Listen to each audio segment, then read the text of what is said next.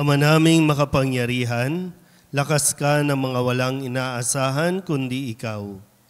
Ang pagluhog namin ay iyong pagbigyan sapagkat kami mga tao lamang na pawang mahihina kapag iyong iniwanan.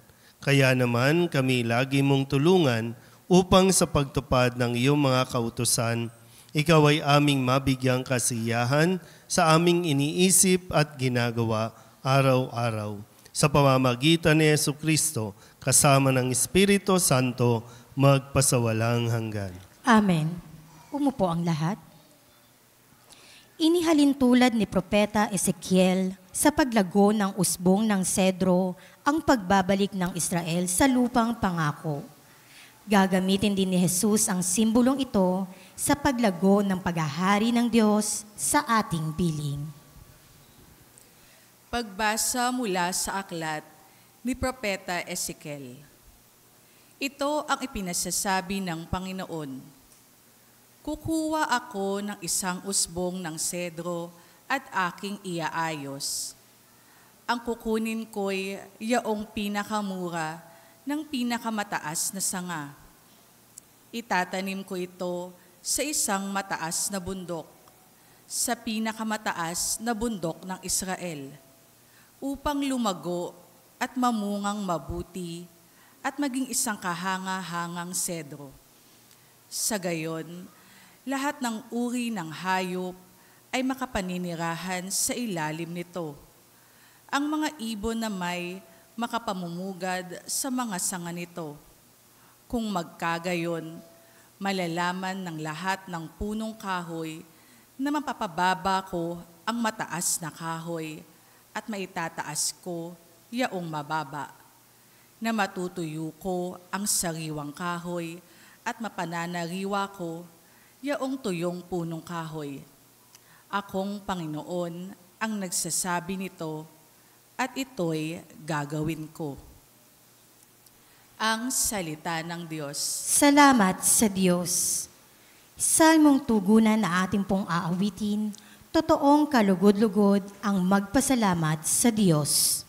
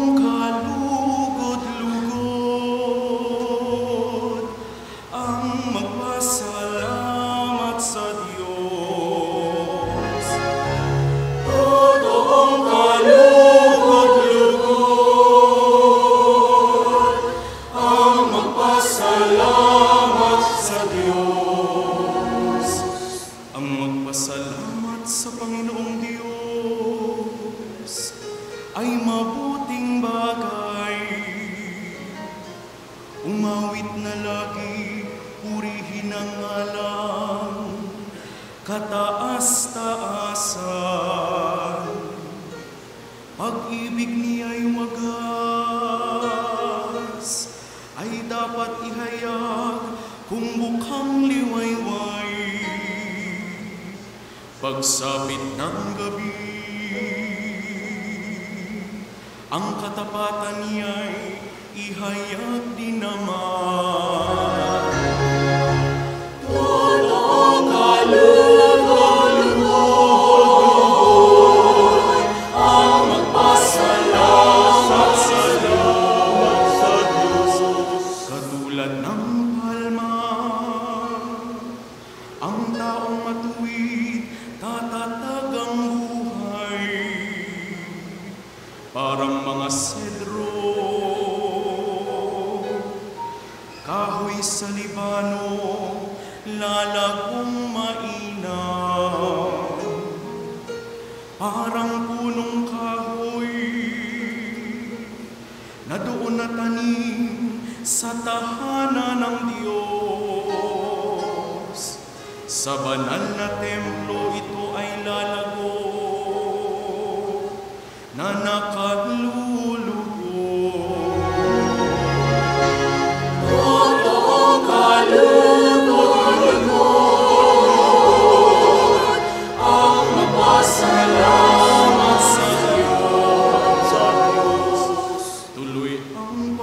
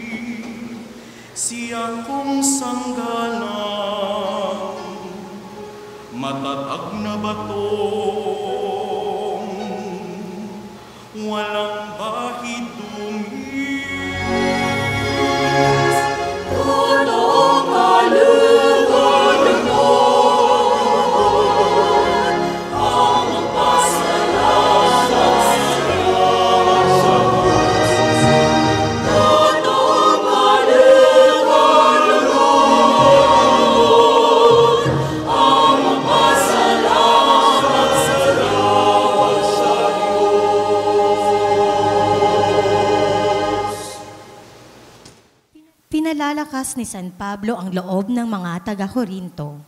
Sa gitna ng mga pagsubok at kaguluhan, hindi siya nasisiraan ng loob sapagkat buo ang tiwala niya kay Kristo. Pagbasa mula sa ikalawang sulat ni Apostol San Pablo sa mga taga-Korinto. Mga kapatid, laging malakas ang aking loob. Alam ko na habang tayo'y nasa tahanang ito, ang ating katawan hindi mapapasa atin ang tahanang galing sa Panginoon.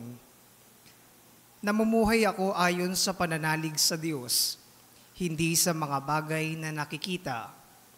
Malakas nga ang loob kong iwan ang katawang ito na aking tinatahanan upang manirahan sa piling ng Panginoon. Kaya naman, ang pinakananais ko ay maging kalugod-lugod sa Kanya, sa tahanang ito o doon man sa langit, sapagkat bawat isa ay haharap sa hukuman ni Kristo upang tumanggap ng kaukulang ganti sa Kanyang ginawa. Mabuti man o masama, nang siya'y nabubuhay pa sa daigdig na ito. Ang salita ng Diyos. Salamat sa Diyos. Tumayo na po ang lahat.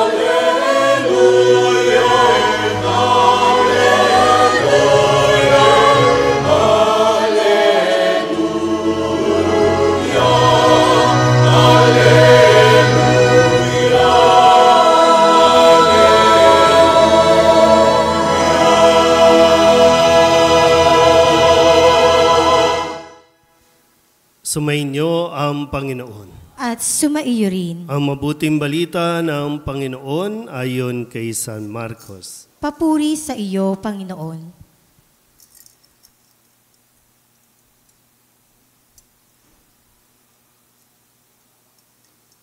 Noong panahong iyon, sinabi ni Jesus sa mga tao, ang paghahari ng Diyos ay maitutulad sa isang naghahasik ng binhi sa kanyang bukid. Pagkatapos niyon, magpapatuloy siya sa kanyang pang-araw-araw na gawain. Tutubo at lalago ang binhi nang hindi niya nalalaman kung paano. Ang lupa'y siyang nagpapasibol at nagpapabunga sa mga pananim. Usbong muna, saka uhay na pagkatapos ay mahihitik sa mga butil. Pagkahinog ng mga butil, agad itong ipagagapas sapagkat dapat nang anihin. Sa ano natin ihahambing ang paghahari ng Diyos? Sabi pa ni Jesus. Anong talinghaga ang gagamitin natin upang ilarawan ito? Tulad ito ng butil ng mustasa na siyang pinakamaliit sa lahat ng binhi. Kapag natanim na at lumago, ito'y nagiging pinakamalaki sa lahat ng puno ng gulay. Nagkakasanga ito ng malalabay.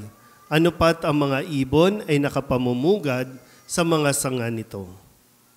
Ang salita'y ipinangaral ni Jesus sa kanila sa pamamagitan ng maraming talinghagang tulad nito ayon sa makakaya ng kanilang pangunawa. Hindi siya nangaral sa kanila nang hindi gumagamit ng talinghaga, ngunit ipinaliwanag niya ng sarilinan sa kanyang mga alagad ang lahat ng bagay. Ang mabuting balita ng Panginoon. Pinupuri ka namin, Panginoong Hesukristo. Isang magandang umaga po sa inyong lahat. Ngayon po ay ika-11 linggo sa karaniwang panahon at gaya ng nasabi ko sa panimula, iniaalay natin ang misang ito para po sa lahat ng mga tatay, lalo pa atin pong ipinagdiriwang ang Father's Day. Happy Father's Day sa lahat ng mga naririto, ng mga nagsimba, maging sa mga nasa online natin na nakikiisa sa ating pagdiriwang ngayon. Mukhang hindi pa po kayo tinitreat. Mukhang yung mga tatay dito, yung mga anak, nabati na nila lahat ng tatay sa buong netizens, pero mukhang yung mga tatay dito hindi pa nababati. Ano ba ang pinaka-the best na bati? Ite-text? Ano ba? Ibo-broadcast? Alin ba mas okay? Yung lapitan ninyo, yakapin ninyo ang inyong mga tatay, halika ng mga tatay, at sabihin Happy Father's Day? O marami sa mga kabataan, awkward. Marami sa mga tatay ang awkward din na tumanggap ng ganong pagbati.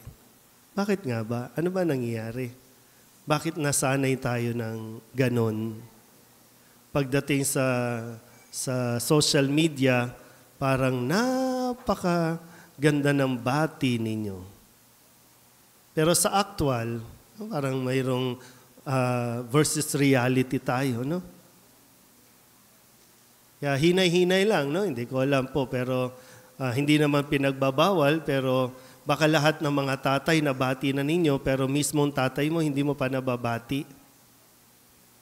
Pag ganun kasi, yan, medyo makikita talaga natin na medyo nagkakaproblema tayo sa ugnayan o sa relasyon natin. Sa lahat ng mga tatay, no? Kayo po ay tatay. Pero hindi automatic kayo ay asawa. Kasi pwedeng nagkaanak lang kayo, pwedeng naanakan nyo lang, pero kayo po ay tatay at meron kayong responsibilidad sa inyong mga anak. Hindi man sa mga nanay ng inyong mga anak, pero sa mga anak, malaki ang inyong gagampanan o ginagampanan. Sa simpleng mga bagay na gawain ninyo o ginagawa dapat, yan ay magdudulot ng kapayapaan, magdudulot ng kaligayahan sa inyong mga anak. At tingnan po natin, no? Sa ating ebanghelyo ngayon, sana po mas iugnay natin ito sa inyo pong sitwasyon o sa inyong katayuan sa buhay bilang mga ama na ngayon ay kabi-kabilaan ang bumabati ng Happy Father's Day. Pero paano nga ba talaga ang maging ama?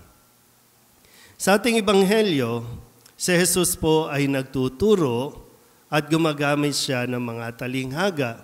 At ang sinasabi niya ay ang salita ng Diyos ay ang binhi. Ang salita ay binhi na inihahasik at ang lupa ay ang mga tao. Ang salita ay ang binhi na inihahasik. At doon sa lupa, no, sa ibang talinghaga, nakadepende ang paglago ng binhing ito. Pero pag sinabing salita, sabihin nyo nga po, salita. Saan nanggagaling ang salita? Saan lumalabas ang salita? Sa bibig. Sinabi ni Kristo na lahat ng kanyang sinasabi ay kung ano lang ang narinig niya sa kanyang ama. at kung ano ang ipinasasabi ng kanyang ama. O kaya nga, si Kristo ay isang anak na natuto sa kanyang ama. At ang natututunan niya ay kanyang ibinibigay din, binibigkas niya sa lahat ng mga tagapakinig. At ang sino mang nakikinig nito ay nagkakaroon ng mas magandang buhay. Ngayon, tingnan natin. No? Kapag maganda ang lumalabas sa bibig ng mga ama, nagiging maayos din at maganda ang buhay ng pamilya. Ito ngayon ang sitwasyon. Either walang lumalabas na maganda sa bibig ng tatay, o sadyang wala talagang salita. Kasi sabi dito, no, para maintindihan ng mga tagapakinig, paano ba natin mararanasan ang kaharian, ang paghahari ng Diyos? So sa simpleng salita, nagkakaroon ng paghahari ang Diyos. Pero sa simpleng salita din, nagkakaroon ng impyerno sa buhay ng pamilya. Ano ba ang naalala ninyo sa inyong mga ama? Sige nga, isip nga kayo.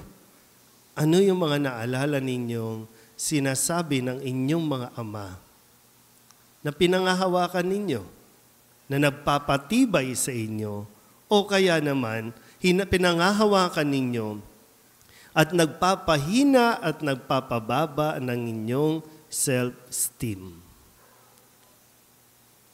Mga tatay, hindi pwedeng wala kang pakialam. Kasi gaya ng sinabi ni San Pablo sa ikalawang pagbasa, lahat tayo ay haharap kay Kristo, haharap tayo sa paghuhukom.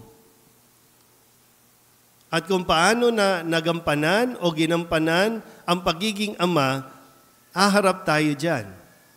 Kasi ang mga tatay, unang-una, kayo po ang tumanggap ng pananampalataya at kayo ang magpapasa ng pananampalataya sa inyong pamilya, sa inyong anak.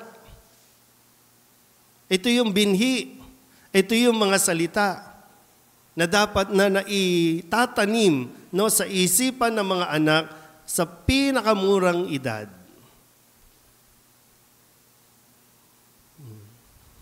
Pero bakit ang daming mga kabataan ng may trauma? Natotrauma sa makipagrelasyon,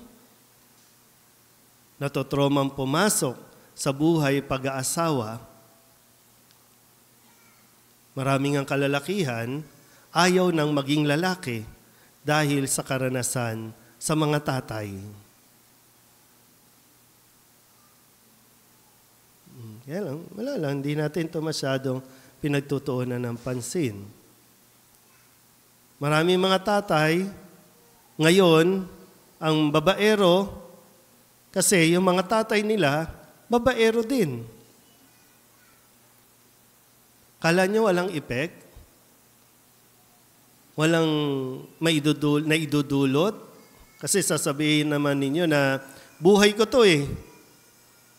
Meron kang mga anak na ngayon ay umiiyak at sumisigaw dyan sa likuran. Na sinasabi ng batang, huwag kang ganon, tay.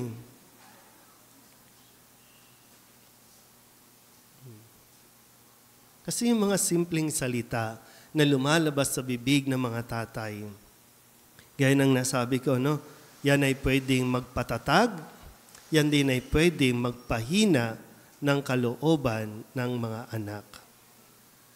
Kaya gising. No? Gising mga tatay. Hindi porket nag-anak ka, okay na. Tatay ka na. Magpakatatay ka. Madaling maging tatay, pero yung pagpapakatatay, yun yung totoo na dapat tinaharap ngayon. Kaya mahalaga sa mga tatay. No? Kasi nga, dito nga lang sa lugar natin eh. Tingnan niyo mga katabi ninyo. Ilan lang ang mga tatay na naririto. Ibang mga tatay, andyan. Either nakahilata pa, Dahil sa kalasingan kagabi, o nandiyan dyan na, wala lang, nasa paligid. Pero kayo po mga tatay na naririto, kahit yung mga nasa online, malaking bagay po na nakikita ng inyong mga anak na kayo ay nagsisimba. Hindi ko rin alam kung bakit at ano nangyari na hindi ninyo kasama ang inyong mga anak o ang inyong pamilya sa inyong pagsisimba. Hindi ko alam kung ano nangyari at nasanay kayo na kanya-kanya kayong pagsisimba. Di ba? No? Bakit nga ba? Ano ba nangyari? Bakit hindi na kayo nagsasabay magsimba? Given naman, kung magkapamilya na ang inyong anak, talagang dapat sila na yon. Bubukod sila May sarili silang pamilya. Pero tayo, ano ba nangyari? Pero kung babalikan natin sa nagsimula, di ko alam, no? Pero baka lang po, no? Pag binalikan mo, bakit hindi na kayo nagsasabay magsimba? Hindi na kayo nag-uusap? Dahil lang dun sa mga binitawan mong salita. Imbis kasi na, anak, kaya mo yan. Imbis kasi na, anak, I love you. Imbis kasi na, ganun yung salita, ang tanga mo. Kung hindi man tanga, mura. Yun yung mga nabibitawang salita, kaya, ba't ako sasama? Ba't ako didikit? Pero di ba, napakasimple lang na dahilan, pero nagpalayo ng kalooban ng mga mag-ama at mga anak. Di ba? Simpleng salita lang. Yung maramdaman na yung pagtanggap, yung maramdaman na may pagpapatawad, yung maramdaman na may pagmamahal na lumalabas sa bibig ng mga tatay. Yan ang makakapagbigay ng pakiramdam na langit ito. Kaya habang bata pa, no? Mayroon tayo dito, may mga kargang bata, no? Bulungan ninyo lagi. Ibulong ninyo yung pagmamahal, ibulong ninyo yung paghingi ninyo ng tawad o paumanhin kasi ito lang yung buhay na mayroon sa ngayon, ibulong nyo sa kanila. Kasi maiintindihan ng mga bata ang inyong sinasabi na mula sa puso. Mararamdaman yan. Huwag niyong hintayin na kapag lumaki yan, medyo mahihirapan na yan na mag-absorb dahil meron ng bias, dahil meron na silang ibang narinig. Kaya habang bata pa, kung kaya nyo pang kalungin, kaya nyo pang ilagay sa liig, kaya nyo pang magkabayo-kabayuan, kaya nyo pang magpalambitin sa inyong balikat, gawin nyo. Para pagdating ng araw, kayo naman ang kakargahin yan.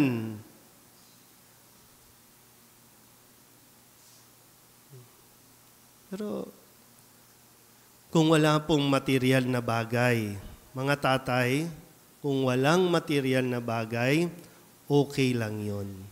Basta mapupunan ng mga magagandang salita. Mga salita na dapat na naririnig, na dapat natatanggap ng inyong mga anak. Yung simpleng maganda ka anak, pogi ka anak, matalino ka anak, kaya mo yan anak, malaking bagay po yan. Huwag niyong takpan ng mga gadget yung mga salita na dapat na naririnig sa inyo. At ito ang sinasabi sa atin ni Jesus at nawa hilingin natin na maunawaan natin ang mga ito. Amen? Happy Father's Day po sa lahat ng mga tatay. Solidad Club para sa mga tatay.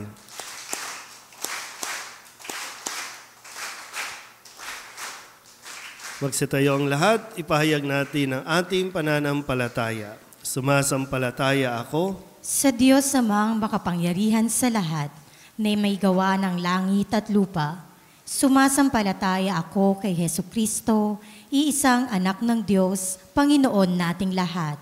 Nagkatawang tao siya lalang ng Espiritu Santo, ipinanganak ni Santa Mariang Birhen. Pinagpakasakit ni Poncio Pilato, ipinako sa krus, namatay, inilibing, nanaog sa kinaroroonan ng mga yumao. Nang may 3 araw na buhay na maguli, umakyat sa langit, naluluklok sa kanan ng Diyos Amang makapangyarihan sa lahat. Doon magmumulang paririto at huhukom sa nangabubuhay at nangamatay na tao. Sumasampalataya naman ako sa Diyos Espiritu Santo, sa banal na simbahang Katolika, sa kasamahan ng mga banal, sa kapatawaran ng mga kasalanan, sa pagkabuhay na muli ng nangamatay na tao, at sa buhay na walang hanggan. Amen. Isama natin sa Ama ang patuloy na paglago ng paghahari ng Diyos dito sa lupa.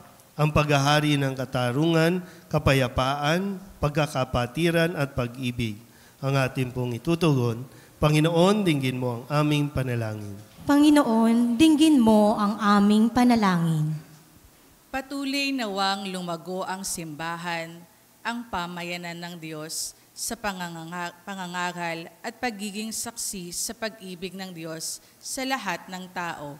Manalangin tayo. Panginoon, dinggin mo ang aming panalangin. Lagi nawang maging masigasig ang mga pinuno ng simbahan sa kanilang pagsisikap na maitanim ang salita ng Diyos sa puso at isipan ng mga tao. Manalangin tayo. Panginoon, dinggin mo ang aming panalangin. Gamitin nawa ng mga namumuno sa pamahalaan ang kanilang kapangyarihan tungo sa tapat at epektibong paglilingkod sa mamamayan. Manalangin tayo. Panginoon, dinggin mo ang aming panalangin.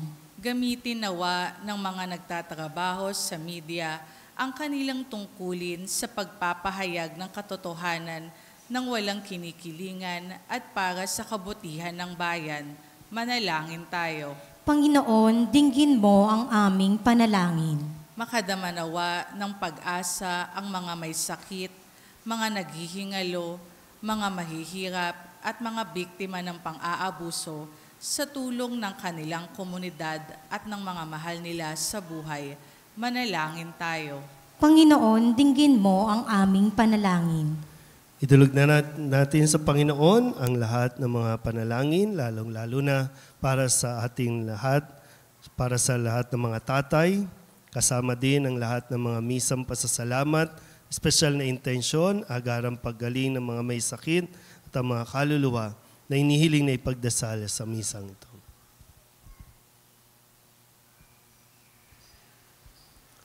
Ang lahat ng ito inihiling namin sa ngalan ni Kristo, aming Panginoon. Amen.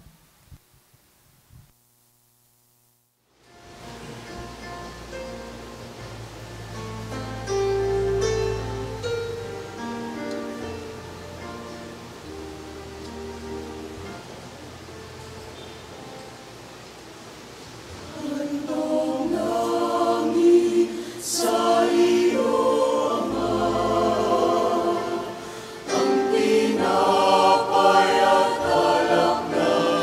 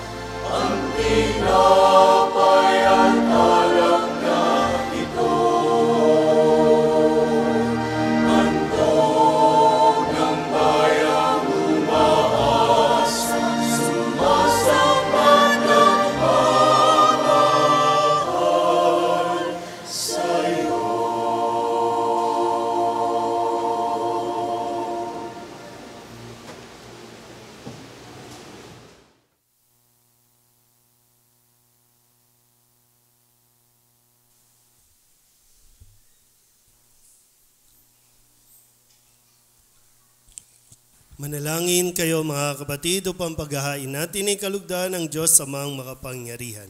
Tanggapin nawa ng Panginoon itong paghahain sa iyong mga kamay, sa kapurihan niya at karangalan sa ating kapakinabangan at sa buong sambayanan niyang banal.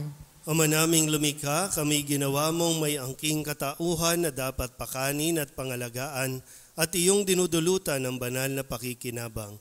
Ipagkaloob mong kami huwag magkulang sa mga iniuukol mo sa aming kapakanan sa pamamagitan ni Jesucristo kasama ng Espiritu Santo magpasawalang hanggan. Amen. Sumainyo ang Panginoon. At sumaiyo rin. Itaas sa Diyos ang inyong puso at diwa. Itinaas na namin sa Panginoon. Pasalamatan natin ang Panginoong ating Diyos. Marapat na siya ay pasalamatan. Ama naming makapangyarihan, tunay ngang marapat na ikaw ay aming pasalamatan. Nasa iyo ang aming buhay, pagkilos at pag-iral.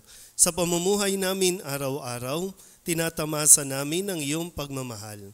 Sa pag-ibig mong ipinunla sa sangkatauhan, ang Espiritu Santo'y unang aning bigay ng anak mong naglagak sa amin ng katiyakang nakalaang mabuhay kami sa piling mong kailanman. Kaya kaysa ng mga anghel na nagsisiawin ng papuri sa iyo, nang walang humpay sa kalangitan, kami nagbubunyi sa iyong kadakilaan.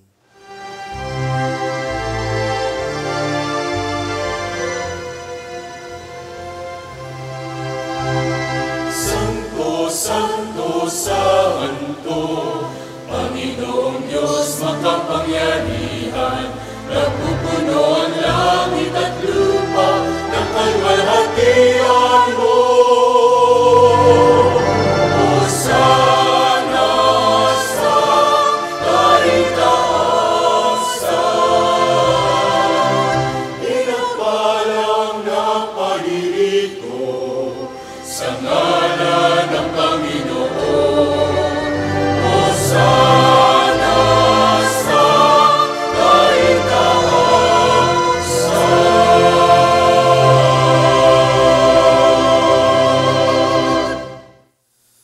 Ama naming banal, ikaw ang bukal ng tanang kabanalan.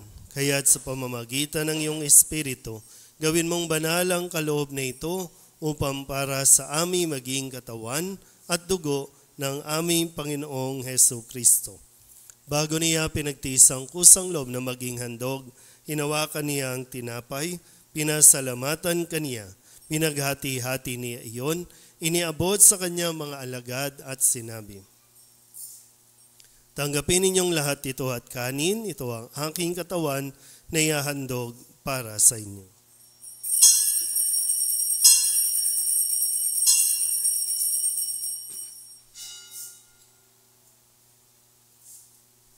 Gayun din naman ang matapos ang hapunan, hinawakan niya ang kalis, muli kaniyang pinasalamatan. Iniabot niya ang kalis sa kanyang mga alagad at sinabi, tanggapin ninyong lahat ito at inumin. Ito ang kalis ng aking dugo, ng bago at walang hanggan tipan. Ang aking dugo na ibubuhos para sa inyo at para sa lahat sa ikapagpapatawad ng mga kasalanan. Gawin ninyo ito sa pag-alaala sa akin.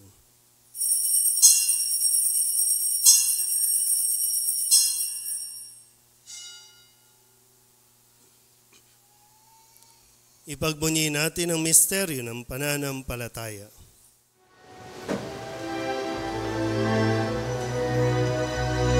Sa krus mo at pagkabuhay, kami natubos mong tunay.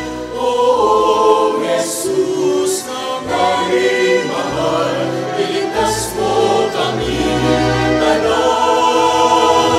O Jesus, aming mahal, ngayon at magpakailan.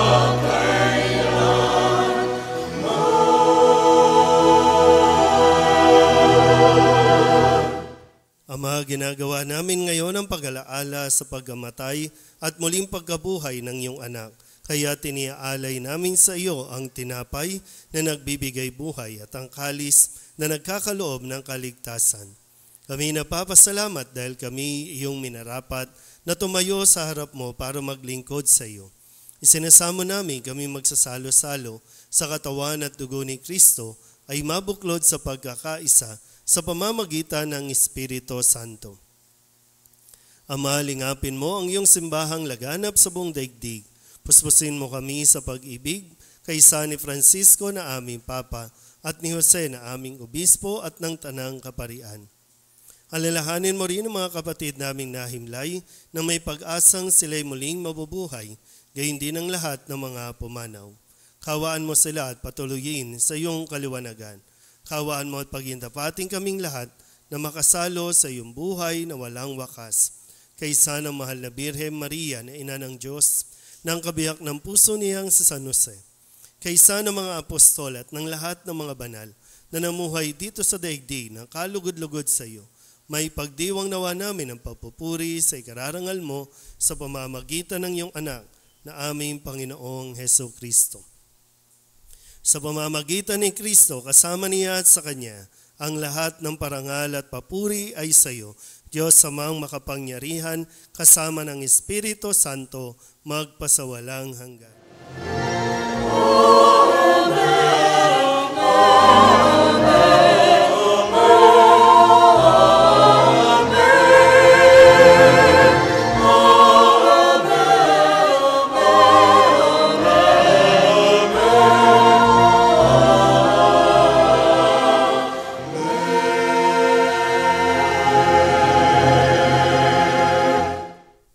Sa tagubilin ng mga nakagagaling na utos at turo ni Jesus sa Panginoon natin at Diyos, ipahayag natin ang lakas loob.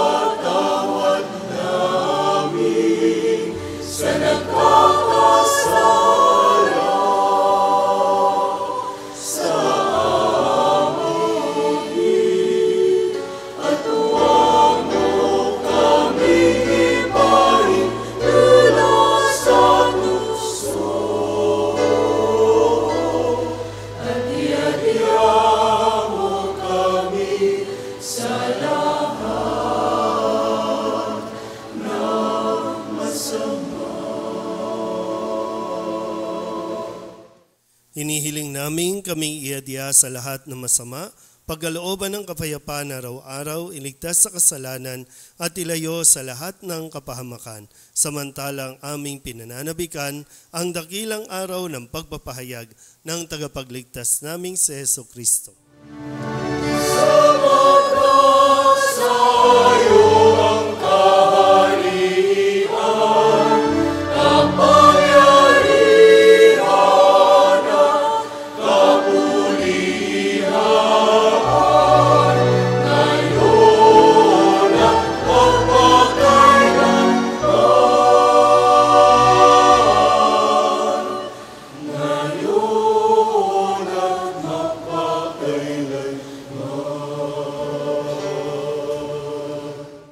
Panginoong Jesucristo, sinabi mo sa iyong mga apostol, kapayapaan ang iniiwan ko sa inyo, ang aking kapayapaan ang binibigay ko sa inyo.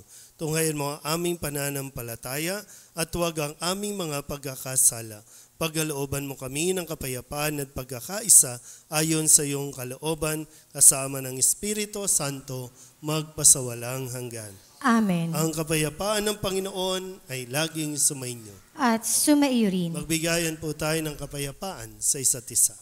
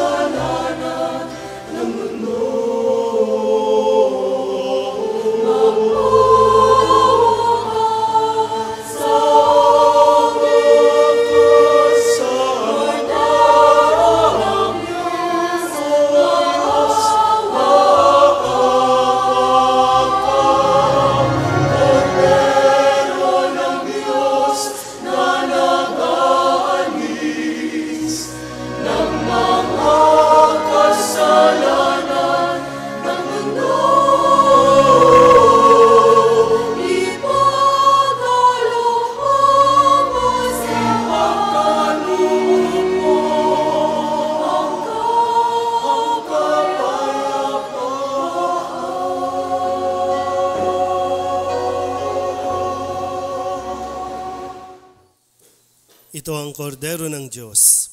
Ito nag-aalis ng kasalanan ng sanlibutan. Mapalad ang mga inaanyayahan sa kanyang piging.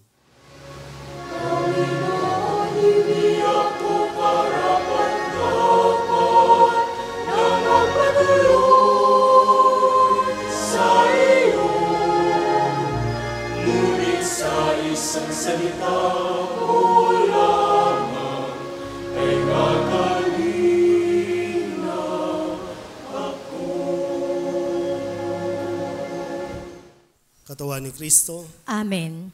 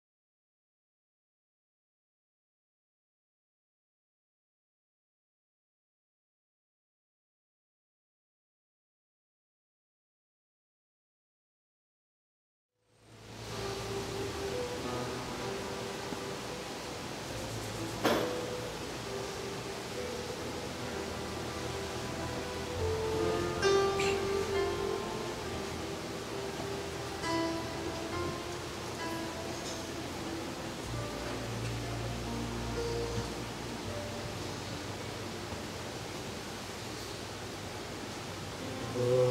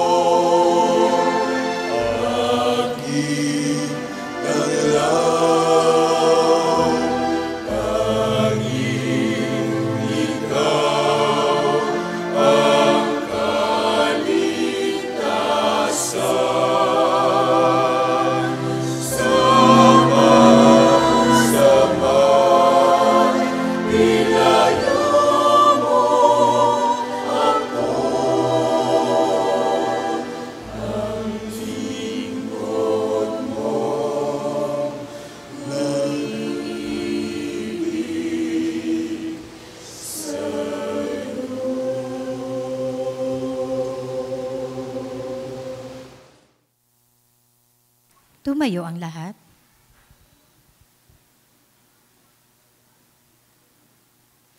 Manalangin tayo. Ama naming mapagmahal, ang pinagsaluhan naming banal na pakikinabang na nagpapahiwatig ng iyong pakikisa sa tanang naritong nakikipagdiwang ay magdulot nawa ng pagkakaisa sa iyong sambayanan sa pamamagitan ni Jesucristo kasama ng Espiritu Santo magpasawalang hanggan. Amen. Umupo ang lahat.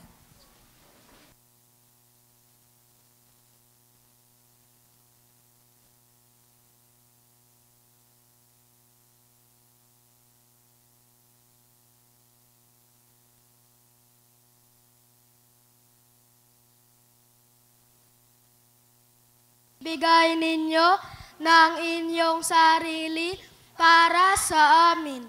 Naniniwala po kami na ikaw ay naririto sa banal na Eucharistia. Tulungan niyo po kami maging mabuti, magalang, masipag, masunurin, matulungin at mapagkakumbaba. Basbasan po ninyo ng aming mga magulang, kapatid at mga kaibigan. Jesus, mahal kita. Berhen ng Soledad, mahal kita. Amen.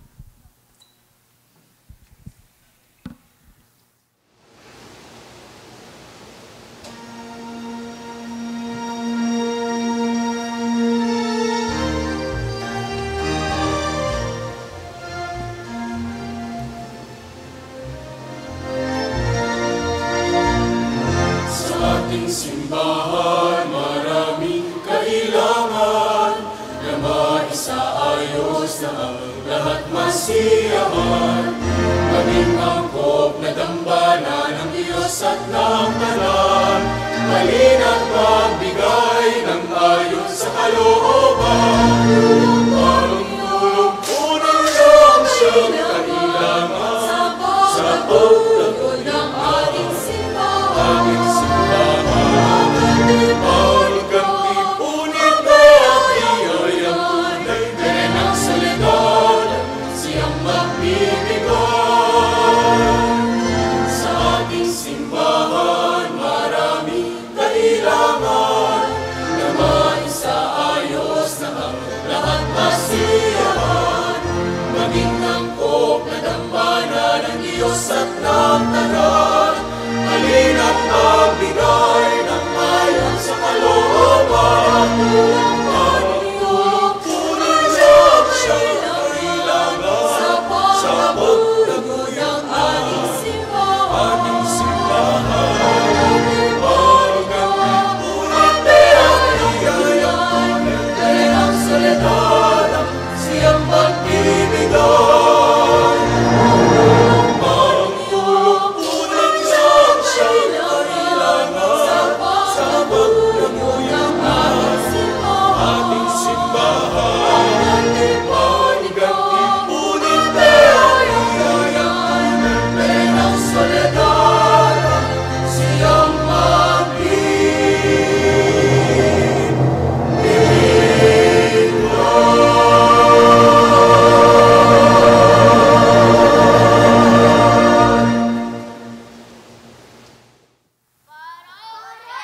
ating suportahan, magdamayan at magtulungan. Viva la Virgen! Viva! Viva la Virgen! Viva! Viva la Virgen!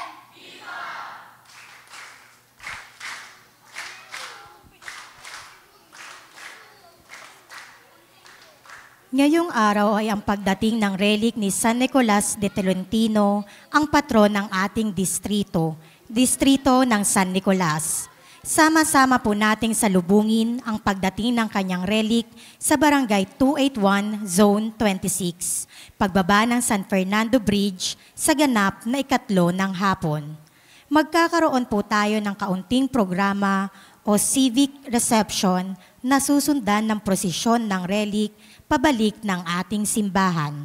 Ito ay susundan ng maringal na misa sa 5 ng hapon. Ang lahat po ay inaanyayahang makibahagi sa pagdiriwang na ito. Maraming salamat po.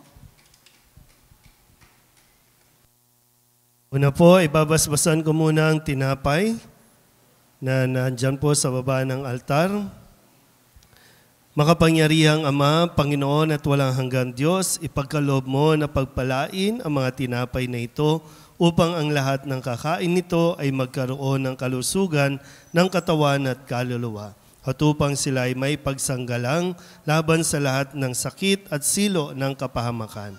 Sa pamamagitan ni Jesucristong iyong anak, ang tinapay ng buhay na bumaba mula sa langit at nagbibigay ng buhay at kaligtasan sa mundo, na nabubuhay at naghahari kasama mo kaysa ng Espiritu Santo, iisang Diyos magpasawalang hanggan. Amen. Lahat po ng mga tatay ay inaanyayahan na pumunta sa harapan para sa espesyal na panalangin para po sa inyo.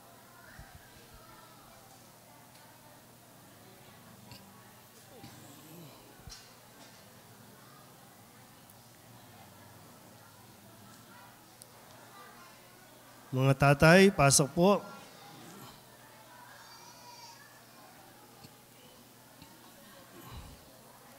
Atin po silang ipagdasal. Panginoong Diyos, sa araw pong ito ay aming itinataas sa iyo ang lahat ng mga ama, ang mga haligi ng bawat tahanan. Gabayan po ninyo sila upang matularan nila si San Jose bilang modelo. Ingatan po ninyo sila sa kanilang paghahanap buhay at ilayo po ninyo sila sa lahat ng uri ng tukso. Sa ngalan ng aming Panginoong Hesukristo. Amen.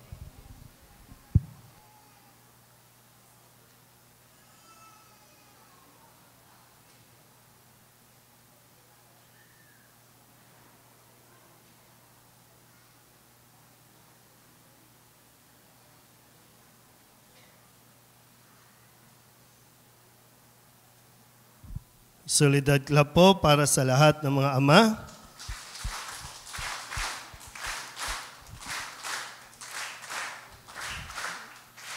Salamat po sa inyong pagdalo at pakikisa sa misa natin at nawa ay mas pagkalooban kayo ng lakas na madala po ninyo ang inyong pamilya sa tuwing linggo sa pagsisimba. At mamaya pong hapon yung pagdiriwang natin ng pagdating ng relic ni San Nicolas de Tolentino at maaari din po kayong magdala ng mga tinapay na inyo pong pababasbasan at ipamahagi nyo po at ibigay lalong-lalo na para sa mga may sakit. No? Dahil isa sa mga attributes ni San Nicolas ay ang pamamahagi po ng tinapay sa mga may sakit. Kaya meron pong pagbabasbas ng tinapay. At magkakaroon din po ng distribution of breads mamaya pong hapon. Pero pwede po kayong magdala para meron po kayong madadala doon sa mga kakilala po ninyo na may sakit, lalo na bukas, pagbalik po ninyo sa inyong mga trabaho. Magsitayo na po ang lahat. Sumainyo ang Panginoon At sumaiyo rin. at pagpalain kayo ng makapangyarihang Diyos, Ama at Anak at Espiritu Santo. Amen. Tapos na ang banal na misa, humayo tayo sa kapayapaan ni Kristo. Salamat sa Diyos. Magandang umaga po.